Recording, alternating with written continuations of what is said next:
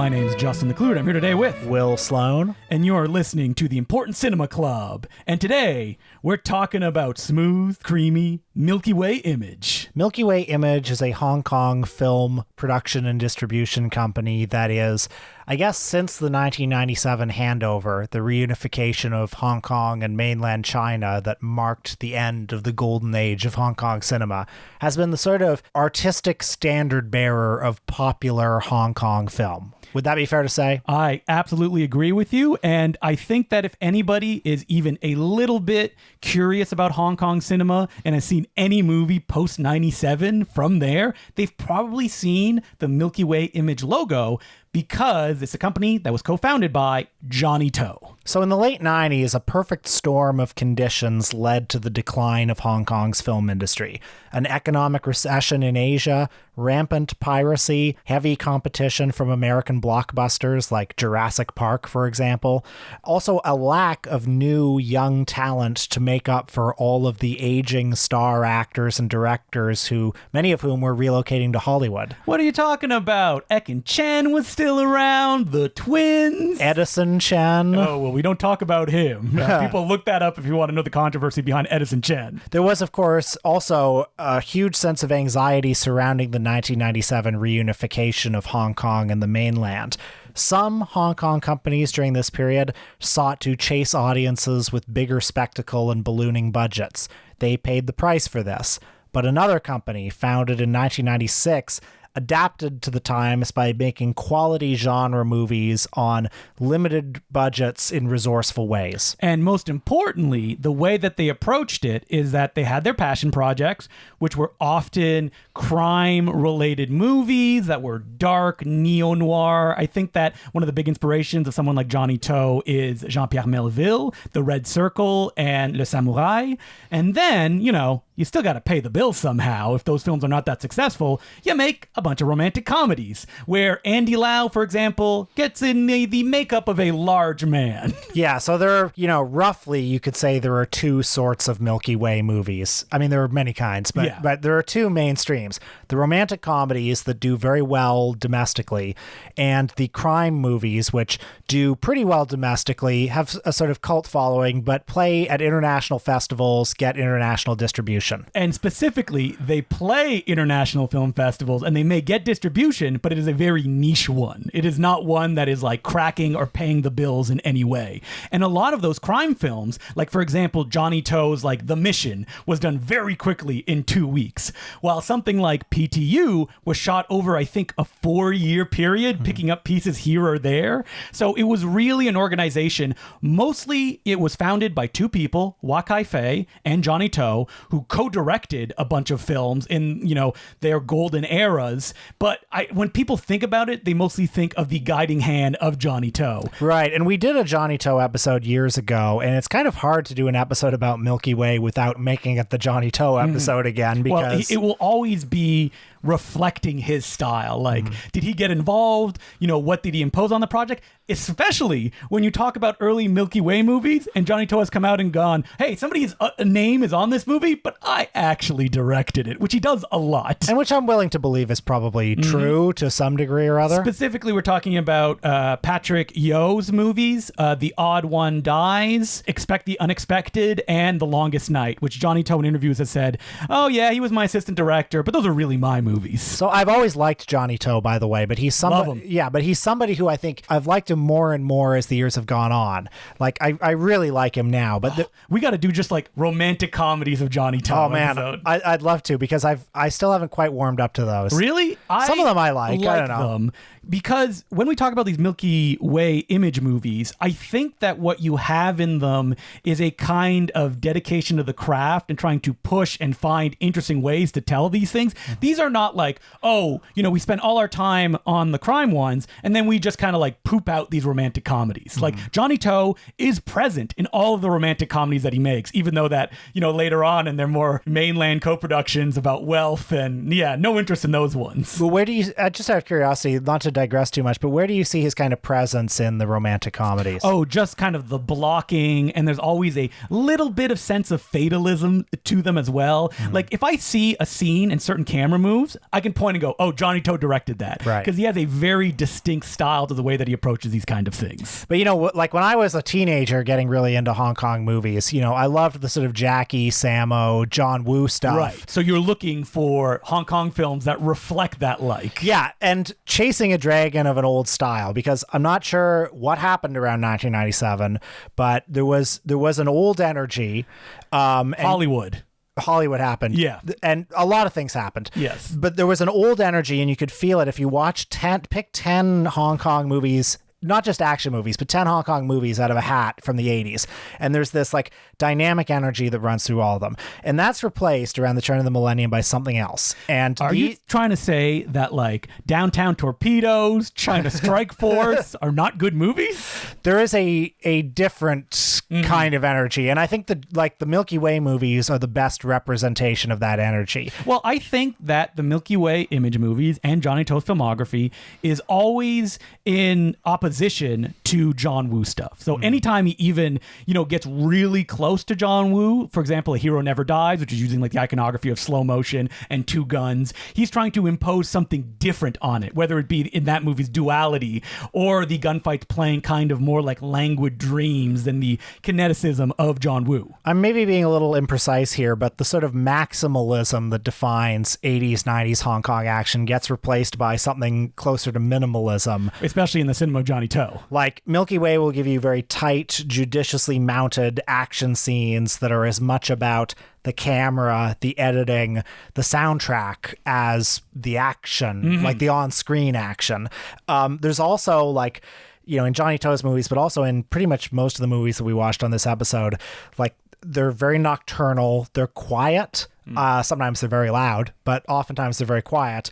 And they're not slow-paced at all, but the emotions are at a lower register. I wonder if like these kind of feelings are something that Johnnie To came to after decades working in television, where he does have to be regimented. He has no time and he has to pick his things very carefully. And instead of becoming a guy that's like set up 3 cameras and shoot, he became a creator of exactitude of like, it needs to be this specific way.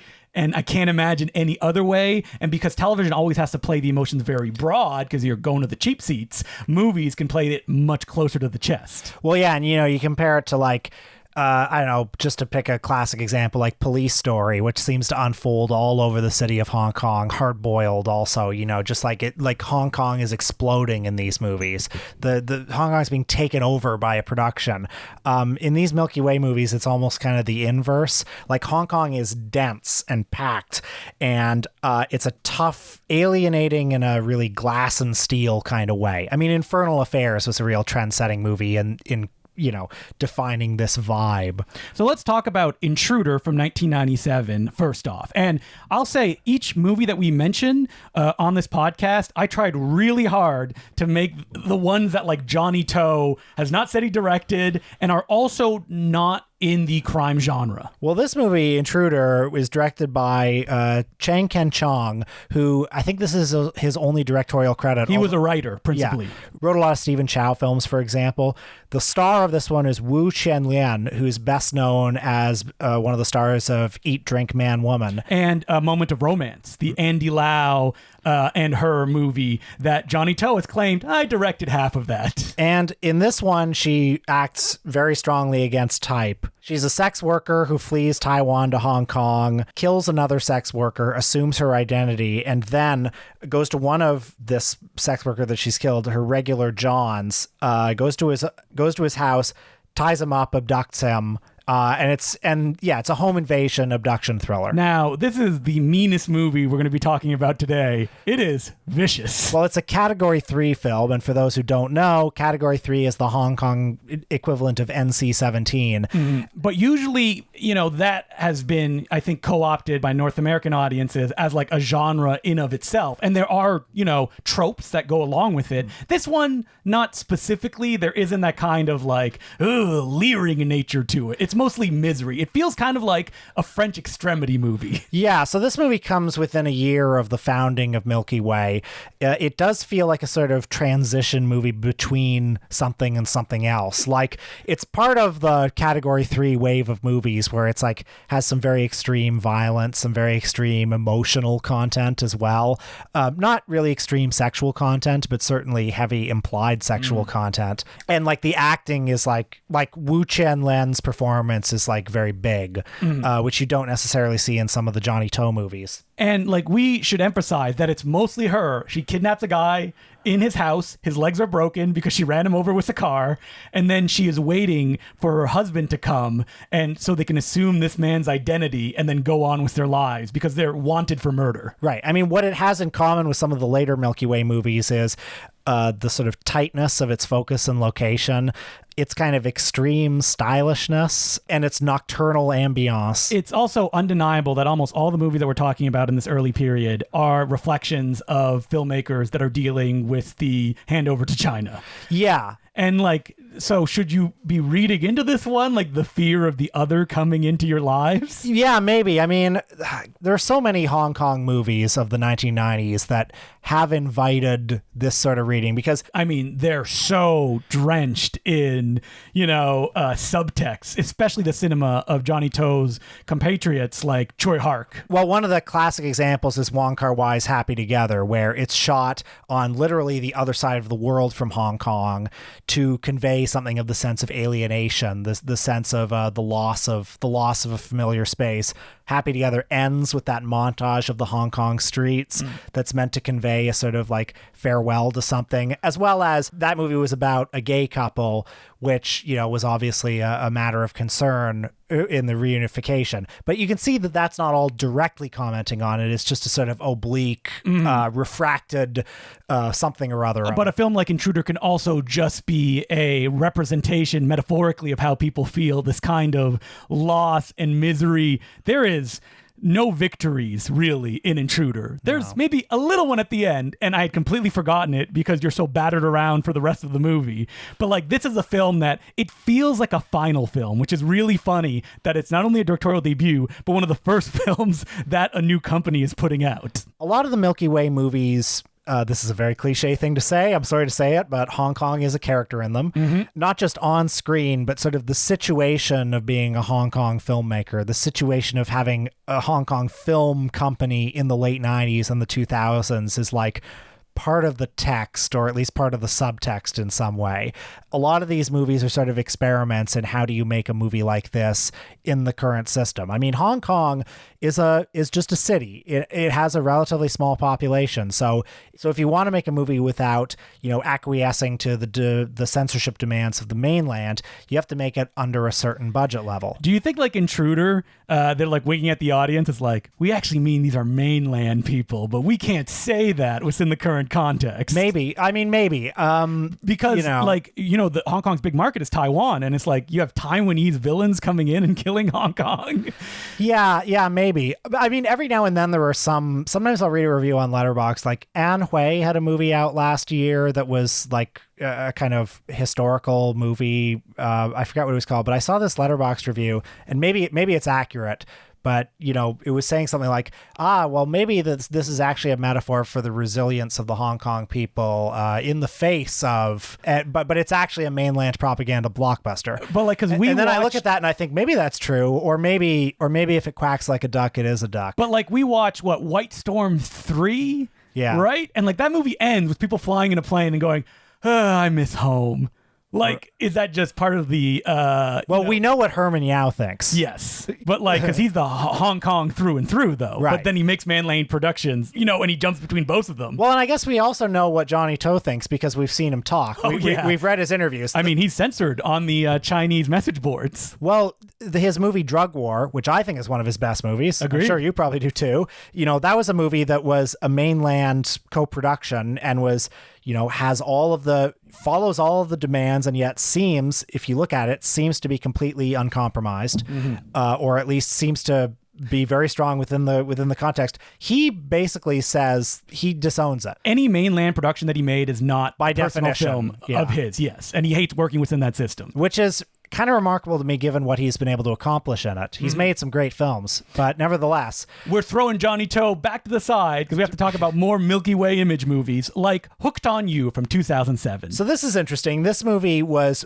part of a wave of movies that marked the 10th anniversary of the reunification. And so it's we're really glad to be back, right? Well, like a lot of those movies, it doesn't directly comment on the reunification, but it takes place against the backdrop of a rapidly changing and often tumultuous 10-year period. So I picked this movie because it was a romantic comedy, and it wasn't directed by Johnnie To. It was actually directed by one of his proteges, La Wing Chung, and it has a cover that me and Will would go to Chinese DVD stores, and we would see all these romantic comedies of like two stars standing back to back, arms crossed, like looking at each other. And I see them and I say, not for me. And then I go right past. But I started watching this one and I was like, wait a minute, is this going to be a little different? I mean, right off the bat, when you synopsize it, it takes place over 10 years. Yeah, so I really like this movie. I did too. It stars Miriam Young as a girl who works tirelessly at a neighborhood fish market where she's trying to pay off the debts of her gambling father and maybe rise out of her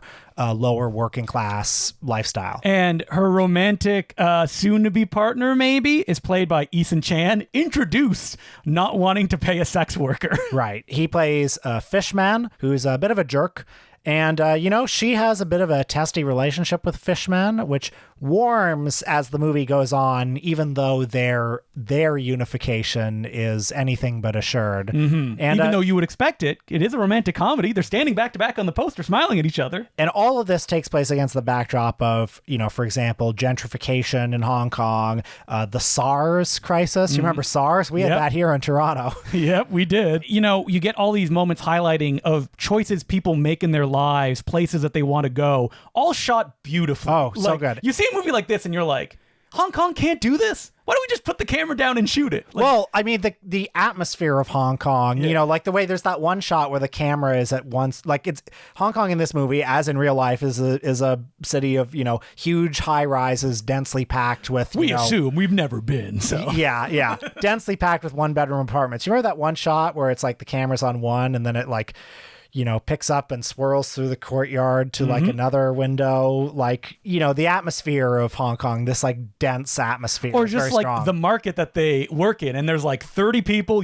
all of them, everything that they're doing. And you watch them go through this 10 period, story throughout their lives as things change, things close down, they have to move on with their life. But what do the connections that they've been making up to there mean within the grander context? And it is a very affecting kind of universal story. You can watch this and think about, your own city, your own life. I wonder, I don't know if this was a hit because, it is not a poison pill, but kind of a, straight ahead one by the end of the movie. It's melancholy for sure. And I also think it's very funny, even though most of the humor is probably right above our heads, any kind of local references or verbal comedy. So what is the fish stand a metaphor for Hong Kong? No, I don't think so. I just think that it's... What's a metaphor for Hong Kong here? I mean, the market itself, the entire, there you go. And the idea at the end of can we bring it back together? And it's like, not really. It all still things exists. must pass. Yeah. And is that China's fault, or is that just the perpetual motion of time? Who knows? I am not at liberty to say.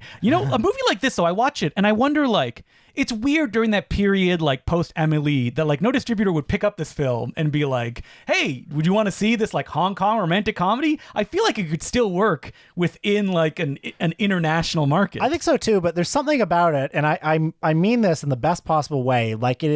it is appealingly slight.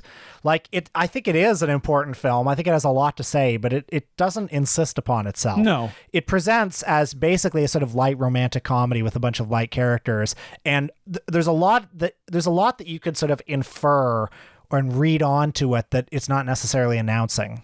But I think that lightness is what would make it appealing to like audiences that were going through Roger's video and would see all of these like French imports post Amélie and be like, I just want a romantic comedy that's kind of in that vein. Because La Wing Chong, oh boy, he keeps the camera moving in this one. There's a sense of propulsion and energy that you really don't usually get in these kind of romantic comedies. So just getting back to Milky Way's business model, in its early years, like it began with movies like Intruder, dark crime movies. A Hero Never Dies, another example. The Odd One Dies. The cold, austere style of those early movies was still a minority taste. And so by the turn of the millennium, the business model was originally, you've got these other studios like Golden Harvest who have, Jackie Chan and Jet Li and Chow Yun-fat and all that. We'll have a sort of rep company of second tier actors, which doesn't mean second rate, just like less financially popular ones. People like Simon Yam, Anthony Wong. But then they had like Andy Lau on their roster who starred in a bunch of their movies. Well, that's important. Yeah, that's a switch. That was in 1999. The early movies, I guess, were making money, but not enough money. They had to acquiesce in some way to the public demand for stars. So they got Andy Lau, and they had him appear in Running Out of Time, and then they had him appear in several very popular romantic comedies. Needing You being like the big one that made them a ton of money. And then Love on a Diet, in which he wore a fat suit. But what's funny about Andy Lau is that like he makes all of these movies for them that are, straight down the middle. They will appeal to like your mom, your dad, whoever. And then they turn around and they're like, hey, you like Love on a Diet, don't you? How about Running on Karma? Like the weirdest film Milky Way ever made. Mm-hmm.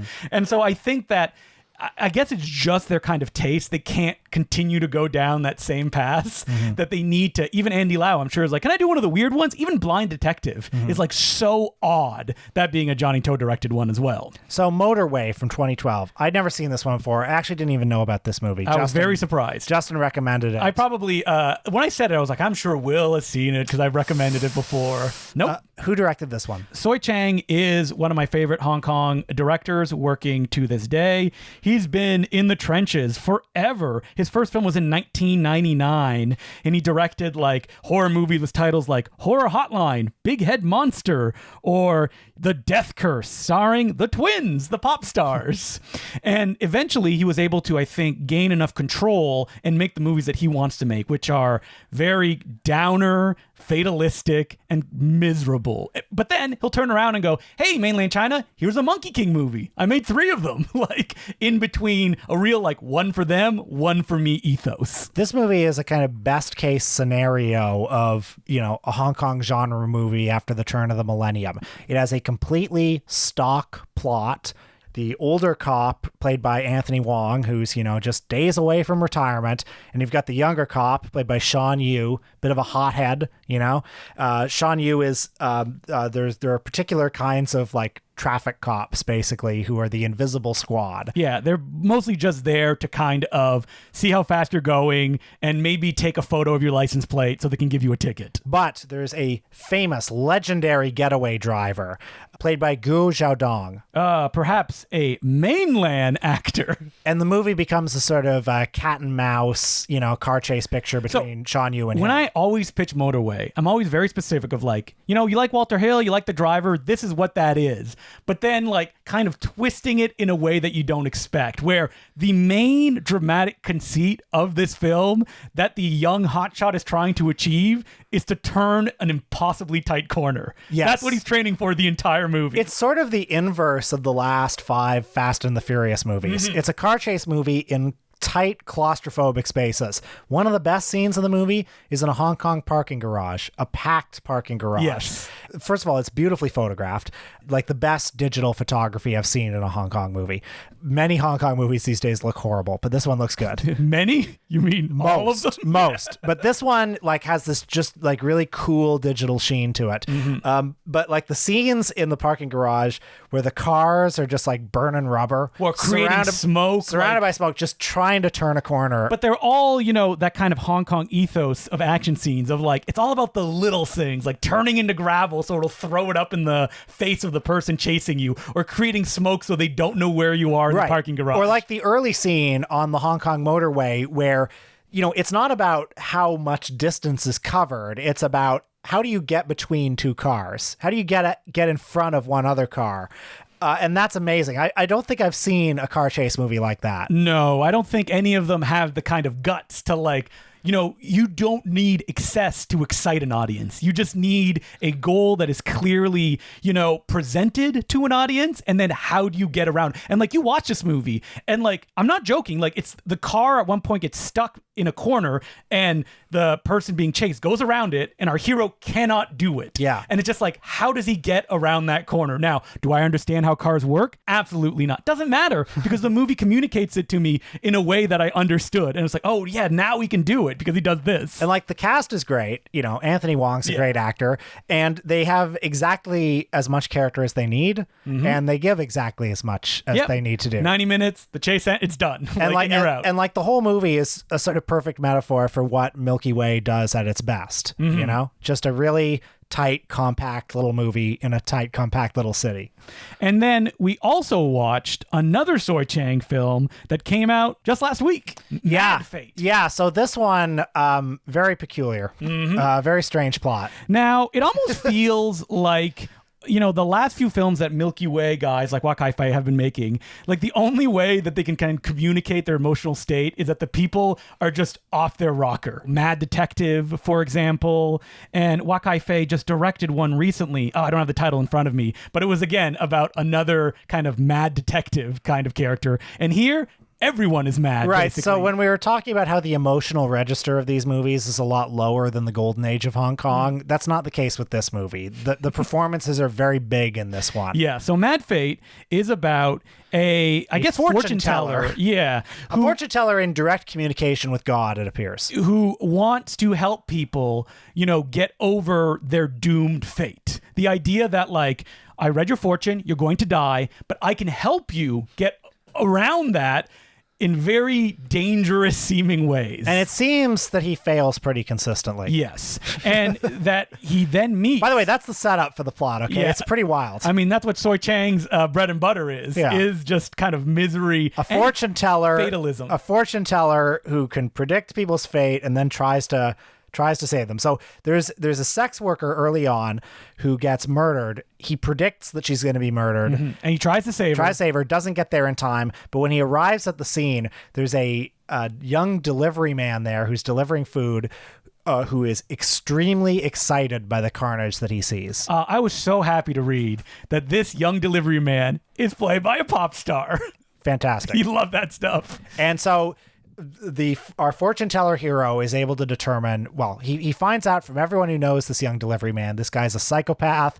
All he can think about is murder. He will eventually murder someone. And the thing is, like, our hero, the fortune teller, he is off his rocker. Like, he, we love that kind of sense in like hopping vampire films or any supernatural films, that the action choreographers on them would introduce these set of rules that would then kind of like make sense within the scene that you're watching. And it's kind of that progression that's really fun. Here, it's a bunch of just stuff thrown at you and like none of it connects with itself. And he's just kind of like blabbering all the time. You got to do this. You got to put a mirror here. You got to do this. I need a tattoo. Tell me if this is like too much of a generalization, but this feels to me more like a sort of like 2000s Korean movie, like a little like bit, an old boy type thing where like the plot is so, so extreme and the performances are so extreme, and much depends on if you're willing to just sort of go along with it and go along with the style, which is very energetic in this movie. And so what we get is our hero is trying to keep this young man from committing a murder, because he's like, you're going to commit a murder. And there's also a serial killer going around. Now, if I were with these guys, I would say,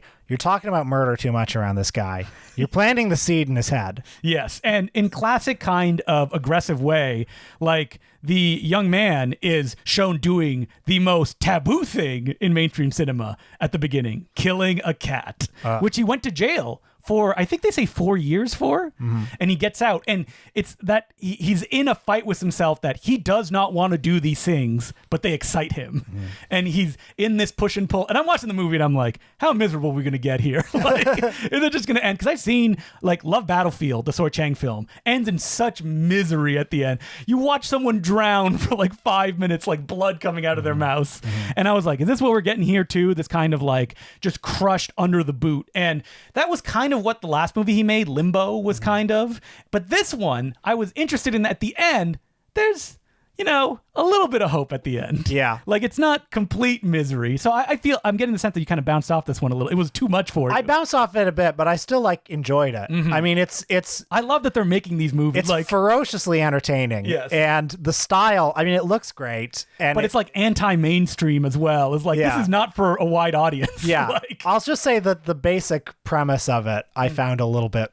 to swallow. it's also interesting in the sense that like Milky Way, they don't seem like they really exist anymore. Like a movie every now and then will come out, but it's just impossible within the confines of the mainland Chinese Film Censorship Bureau. Well, when we return to Hong Kong cinema at some point, which we will, sooner rather than later probably, I'd love to investigate the fact that over the last 2 years, the Hong Kong box office, its domestic releases have experienced a huge revival. You know, for 15, 20 years, all the action has been in Hong Kong mainland co-productions that can access, you know, the vast mainland Chinese market, you know? But I think that the Hong Kong, you know, populists going to the movies are like, we're tired of mainland Chinese blockbusters. Right. And so there are a lot of sort of Cantonese language movies that are setting box office records right now. Yeah, every like couple weeks it's like a new Cantonese film has broken all box office records, like Chili Laugh Story, for example. And I'd just like to know, like, what's going on there? Like, what's resonating with these movies? What are they providing the local audience that the mainland movies aren't? Even though I remember one of them that did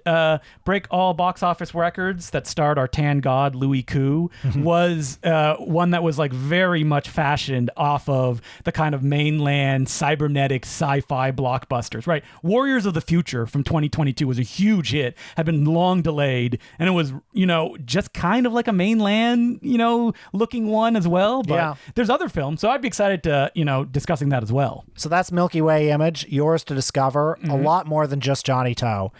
And let's do some advertising now, because a Blu-ray finally has started shipping, and that is King of the Bullwhip. A little bit delayed, but it was delayed for your pleasure. Yeah, so Golden Ninja Video's release of King of the Bullwhip, the Ron Ormond classic, took so long to ship because Justin was heroically watching every Poverty Row Western ever made to stack it with bonus Poverty Row Westerns. So when I announced the disc, I said, to be, you know, determined on special features, which I don't like, but I find I'm doing a lot more, especially when it's subjects that I'm like, I'm not that familiar with it. So like Poverty Row Westerns, and as I specify on the disc, also B-movie Westerns, because what I learned very quickly is if I'm just recommending Poverty Row ones, like it's a losing battle, because most of the like really great ones are like Columbia, Universal, but they're still the B-movie units.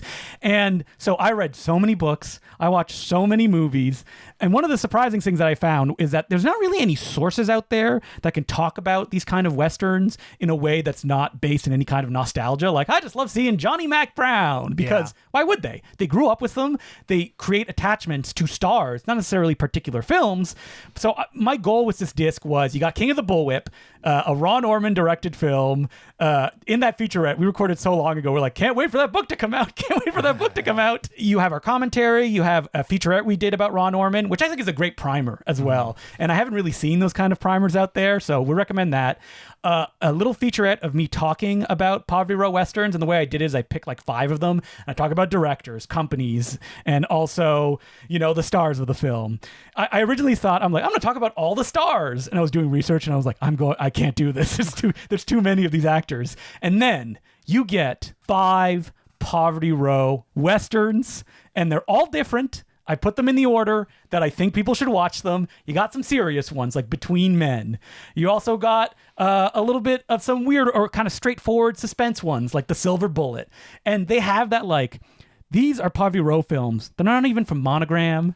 They're from companies like Reliable Pictures. Like you never hear about these companies. And I even found a director that I'm like, this guy needs further research. And he was like a Russian-born, came to Hollywood, did westerns, and he's got like a little particular style to him as well that like he really popped when I started watching his films. But you will just have to get the disc to know who that director is. So you get King of the Bullwhip, you get 5 feature films, and listen, if you're a Golden Ninja video fan, you know the secret feature hidden on there. So check that out as well. And check deep is what I'll say. Because I told Will what I did, and he's like, you're a madman. Right. So if it took a little while to ship, that's because Justin was sweating blood for you, okay? And we also have pre-orders for Phantom Kung Fu, a film directed by one of our favorites, Lee So-nam. Lee So-nam, director of such films as The Tattoo Connection, Exit the Dragon, Enter the Tiger. Fist of Fury Part 2. Yeah. Great movie. Also stuff like Kung Fu Wonder Child, The Hot, the Cool, and the Vicious. Phantom Kung Fu is one of his martial arts films that has never been available in widescreen, born its original language. And it has been lovingly, not restored, but preserved. That print is holding on for dear life when you're going to watch it. It's been lovingly preserved from an original Grindhouse print. And oh man, when you see it, you'll feel like you're on 42nd Street. Yes, absolutely. Commentary by me and Will, video featurettes, booklet. It's all there. Pick it up. Please pick it up. It'll be very much appreciated. So, moving on to letters, Will? Yeah, do we have any letters? We do have letters. I like to thank people because recently we've just almost been deluged with letters. Great questions as well. Really appreciate it. Did we get shared somewhere? Like, that's usually, there's like a trigger that we can't always find where suddenly like, you know, we have more listeners than normal. Some famous, maybe the Blank Check Boys threw us a like. No, I don't think so. I listened to that podcast. I doubt it. Did we get that film spotting bump or something like that? Film spotting. I remember that. Our first question is from Coy, and they ask, Dear Hard-Ass Chief and Sergeant Loose Cannon. Have you been called Hard-Ass Chief? Wait, are you the Loose Cannon? I would assume, considering I had a podcast named Loose Cannons, but maybe that's like one of those. No, it wasn't a reference. It's just I wanted to call you that. I'm Hard-Ass Chief because I'm such a rigorous cineast. The letter writer writes, Question 1. What value do you see in watching incomplete, unfinished films? Be they rough cuts, abandoned works, reconstructions, etc.? I love it. I see a lot of value in it, frankly. Yeah. I mean, you know, as long as you understand what it is. Yes, that you don't go to it and go like, ha, look how sloppy the editing of this is. I also like it in contrast to the finished product a lot. Like I like watching work prints of original films, even though I will say when I go into it, I'm like, there's got to be some drastic changes here. If you give me just another extra 2 seconds, it ain't worth it to have a whole other work print on this disc. Am I right that you saw a work print of Spaceballs once? I did. Deeply unfunny. Wow. Like, I could not believe on 35 millimeter for someone's birthday, they showed Spaceballs, and I was like, oh, the boy. assembly cut. The assembly cut. Oh, man. That was definitely like being test screened around. But that's interesting. And I remember just ragging Peter because I'm like, you thought Spaceballs was funny?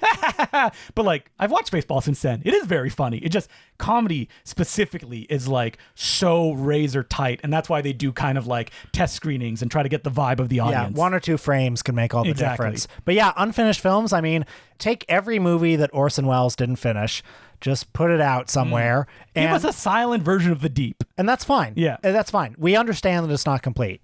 Just seeing that footage will be able to teach us something. A second question is, some movies like to change their medium for a scene or two, like going from animation to live action, 3D animation to classical animation, voice to subtitle. Is this good for emphasis, or can it needlessly be distracting? I'm for it, I guess. like it, yeah. I can understand that, like, oh, it takes me out of the movie. But oftentimes when they're doing that, they're trying to create kind of like a contrast to what's come before. Mm-hmm. And that's why I always like it, especially if you're using the medium to comment on the form that it is, beyond it just being like a joke. Like, oh, we're high and now we're puppets or something. Yeah, toss that out. I don't need that. I've seen that enough. Right.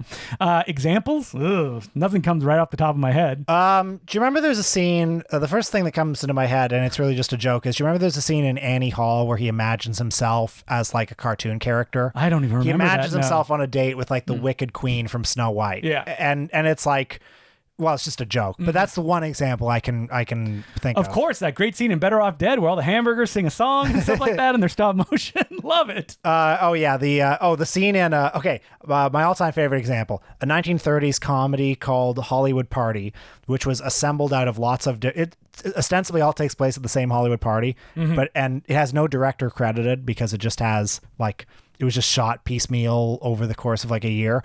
Laurel and Hardy are in it. Jimmy Durante's in it. The Three Stooges are in it. And there's also a scene with Mickey Mouse.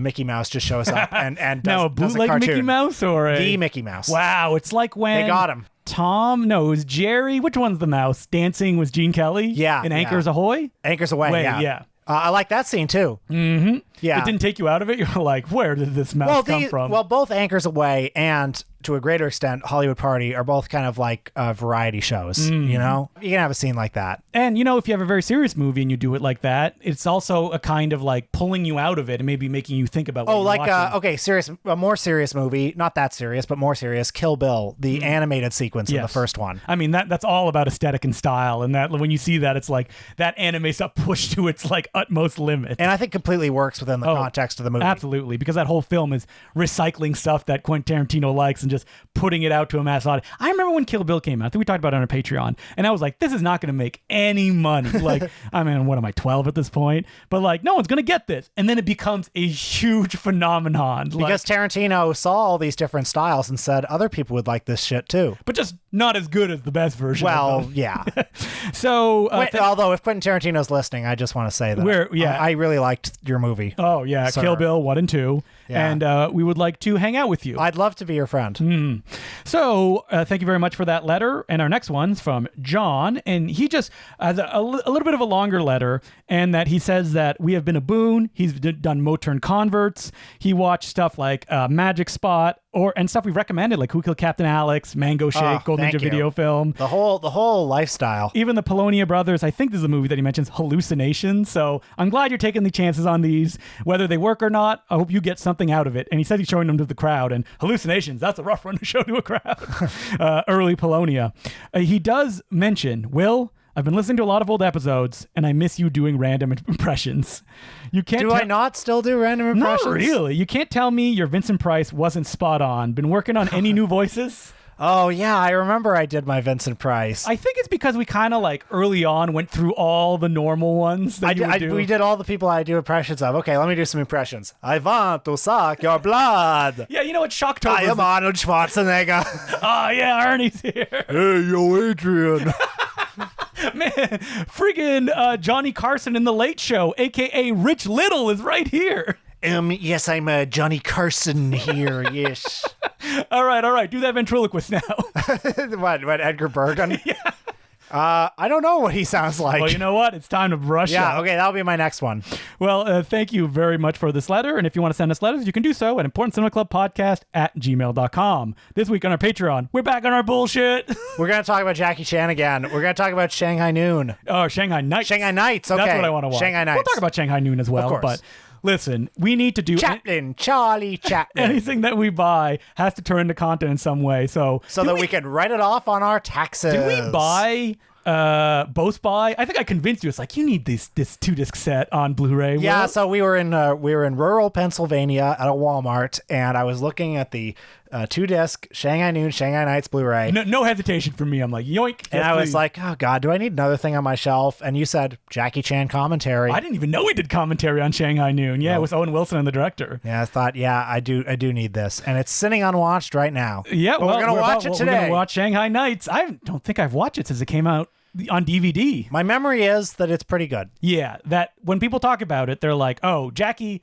can strut most of his stuff. We got to check out the deleted scenes where I know all the action scenes are 3 times as long. Right. So we'll be checking that out on our Patreon, patreon.com/The Important Cinema Club, and you get the back catalog of like hundreds and hundreds of episodes that we've done. So I think we reached 200, 300. Oh man, there's a lot on there. So check it out. And next week, what are we doing, Will? We're talking about Michael Mann. Yeah, we got to throw some meat to the wolves, right? That's right. You people deserve a famous director, but we're going to be talking about his digital period. Yeah, as Will coined it, Digital Man. He said like, let's do Digital Man, and I was like, Hologram Man? What are we doing? So Lawnmower Man? Collateral, Miami Vice, Public Enemy, and Black Hat. Yep, Yes. that's what we'll be talking about next week. So until then, my name's Justin Clue. I'm Will Sloan. Thanks for listening.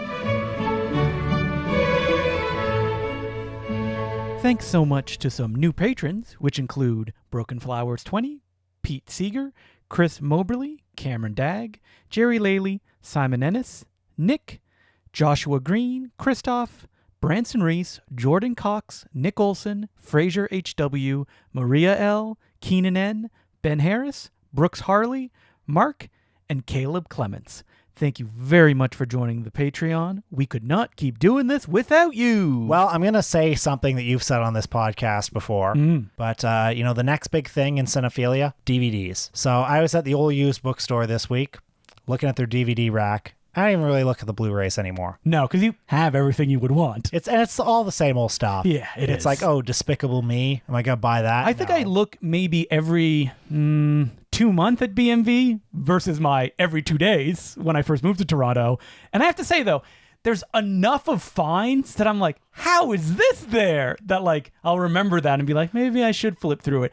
And I will say that the Blu-rays and DVDs, now they're mostly collectors that are putting them down. That's right. So you find the weirdest stuff. And also, a store like BMV in Toronto is only taking the good stuff of DVDs now. Yeah, so like, the guy will always tell me when I come to the counter, you have a region free player, right? I'm like, yes, this is why I'm buying this. So this week, I'm pawing through the DVDs, seeing all the good, like, Italian exploitation movies. Yeah, you're like, I don't need this. I got Something Weird video DVD, the adult version of Jekyll and Hyde, featuring commentary by David F. Friedman. Oh, and that's the kind of thing. Yeah. That commentary track by David F. Friedman, the king of exploitation, the king of the carnies, you can only get that on the DVD. I like to say there's too many Blu-rays and DVDs. I personally can't keep track. But if AGFA put out like an old Something Weird catalog title every month with all the special features that were included in the original one, I would be like, yes, please. Yes, please. I think the issue, even though that, let's be honest, it's not really an issue on Blu-ray anymore. Remember when people were like, you can't put standard definition stuff on Blu-ray?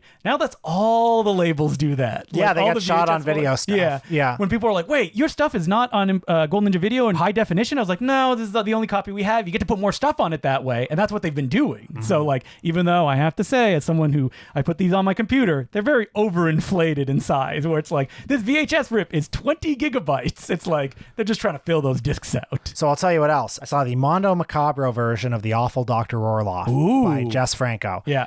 On DVD. It's been released on Blu-ray, of course. By Severin, right? By Kino. Kino, okay. Boy. We got to talk about this Jess Franco stuff. What a freak I am that I know all this. But I'm looking at this Mondo Macabro one. It's like, oh, it's got a documentary about Jess Franco on it. You don't think it's been included on anything else? No, I don't think it has. Okay. It's like a BBC documentary from the 90s. What did I see recently that was like a Jess Franco stuff? And I was like, enough. Like, come on. Probably just anything. I mean, like, it was like they're going into the 4K territory, I think is what I was like. Right. And I mean, it's not, I don't need to buy all of them. That's fine. Yeah, I need to buy all of them. Yes. I mean, I think every Jess Franco fan, it comes to a point where they're like, I think that's enough. Like, my friend had hundreds of DVDs. Yeah. Duncan. He had a whole, 3 shelves of just Jess Franco. The one that I haven't pulled the trigger on is Full Moon released Downtown Heat, which is his 1990s crime film. Full Moon has been doing a lot of those. I mean, we had to get Night of the Eagles, though, with Mark Hamill and Christopher Lee. I got Night of the Eagles, and I live to regret it, because it's pretty boring. Yeah. Whoa, a late period Jess Franco film that's boring? You don't say. But then, you look at Downtown Heat, and it's like, ooh, Jess Franco doing a 90s crime movie. It's probably shot on video, like he did late in his period. I know that's going to be boring. I better get it. I know that I'm doing real freak behavior when I look at, the Image Entertainment late 90s release of the Max Fleischer Superman cartoons. Yes. And it's $10. And it's like, I bet these look a little bit They probably different. have more grain. They probably have more grain. Well, because they screwed up the transfers that Warner did, which wasn't archived. It was a different department that did the That's right. Max Fleischer Superman animated shorts. Right. So I got the Image Entertainment Max Fleischer Superman Never going to ones. watch it, though. I did watch it, though. Wow. Yeah, a few weeks ago I had it was great. Yeah. Yeah. Image Entertainment, they probably got copies that they scan, right? And they put out on the market. I miss Image Entertainment. Who did they get swallowed up by? Somebody, but they continued as Image Entertainment for a while. Mm-hmm. Back in the late 90s, they used to release all the silent films. They were basically like Flicker Alley and Kino and Vinegar Syndrome all in one. Wait, can we talk about Film Masters, which is what the Film Detective label has morphed into? Right. Which I don't know if any of their Blu-rays have come out yet, have they? But they've announced 30, it seems. Yeah, that's right. So they've announced all of these Roger Corman movies. Yeah, well, they don't say it, but it's all the public domain films that they're putting out. But supposedly new scans. Restored from Vault Elements. Now, someone asked me, what does archival mean? And I said, doesn't really mean anything. It means whatever the person that is putting it down, like it's not in regular circulation. Yeah. Like if I bought a print and I put it on a shelf and didn't give it to anybody in 10 years, like that's an archival print technically. Like, so, but you know what? Stuff like, they're doing Roger Corman, The Auteur, The Terror, and Little Shop of Horrors, which we did a Gold Ninja Video Blu-ray, which is amazing. I hope everybody listening to this has it, but I'm very happy to get high definition versions of them. Like, well, we were not the first people to put out The Terror. We will not be the last. yeah, we're not claiming that we are the first people to do it. They have the whole team because it's Ballyhoo Motion Pictures, C. Courtney Joyner, love that guy, who does like all the talking head stuff. And I'm glad a company has finally figured out, wait, people will pay money for these public domain movies if we do special editions of them, which is something that companies kind of avoided because they were like, why would we do this if it's so readily available? But then a little upstart named Gold Ninja Video comes in. It all comes back to Gold Ninja. Yeah. Well, you can never have too many copies of Roger Corman's Little Shop of Horrors. No, I can't. Or aren't they doing like a Scarlet Letter adaptation that has clearly gone into the public domain? Yeah, I guess so. Love it. I love that they're finally like Film Detective, a company that has always been doing these kind of scans, but I've been putting them on kind of expensive manufactured on demand DVDs, are finally going like, all right, we're putting them out in deluxe editions. The boutique market, as it lasts, I don't know how many years it has left. How many years do you think the boutique market has left? I mean, it's hanging on pretty strong. Who knows? Yeah. Who knows? That we're going to keep putting them out until physical media just goes away forever. It'll last until the companies that manufacture Blu-ray players stop. Yes. And who knows when that'll happen. But I hear DVDs, going back to your first point, still a pretty big market. Like people still buy and DVDs still outsell Blu-rays. Yeah. Like 4 to 1. Yeah. Like people are still consuming it. Like there is a, group of people. Streaming is just not of any interest to them. And, they'd rather go Redbox, do that stuff to watch their movies. How else do all those terrible action films continue to survive? Thank you, Redbox.